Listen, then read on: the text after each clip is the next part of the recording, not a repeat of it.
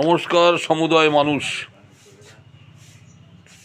পশ্চিমবঙ্গের উপর যে আক্রমণ বা জিহাদ করছে, পশ্চিমবঙ্গ শব্দ বন্ধ মানুষের মন থেকে মুছে দিতে চান, তাদের আসল উদ্দেশ্য এবার জানবার সময় আসছে।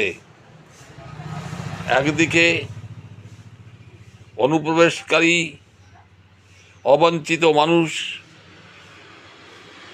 মুক্ত ত্রুটিমুক্ত একটা ভোটার তালিকা তৈরির জন্য নির্বাচন কমিশনার তিনি যখন কাজ করছেন, আমরা দেখছি অসম্পূর্ণ ত্রুটিপূর্ণ তালিকা রাখার জন্য আর এক দল যুদ্ধ ঘোষণা করছেন।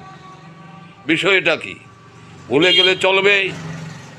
যারা 1977 সালের পরে বামফ্রন্টের আমলে যে সংখ্যালঘু হিন্দু বাংলাদেশ থেকে এসেছে মারধর খেয়ে, তাদেরকে তালিকাভুক্ত করেছে আর তাদেরকে ভুতুড়ে ভোট বলতেন। আজকে তারা কি বলছেন মনে পড়ে?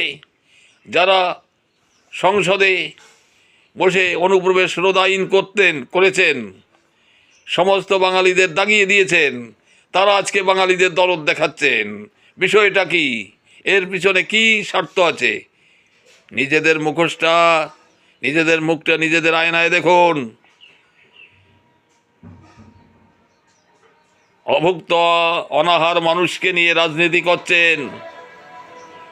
যারা ধর্ম বাঁচাতে, প্রাণ বাঁচাতে, যারা মা বোনের সম্মান বাঁচাতে ভারতবর্ষে এসেছিল, তাদেরকে কারা ভুতুড়ে ভোট বলতো, কারা অনুপ্রবেশকারী বলতো, এবার তাদেরও চেনার একটা সময় আসছে। নমস্কার সবাই।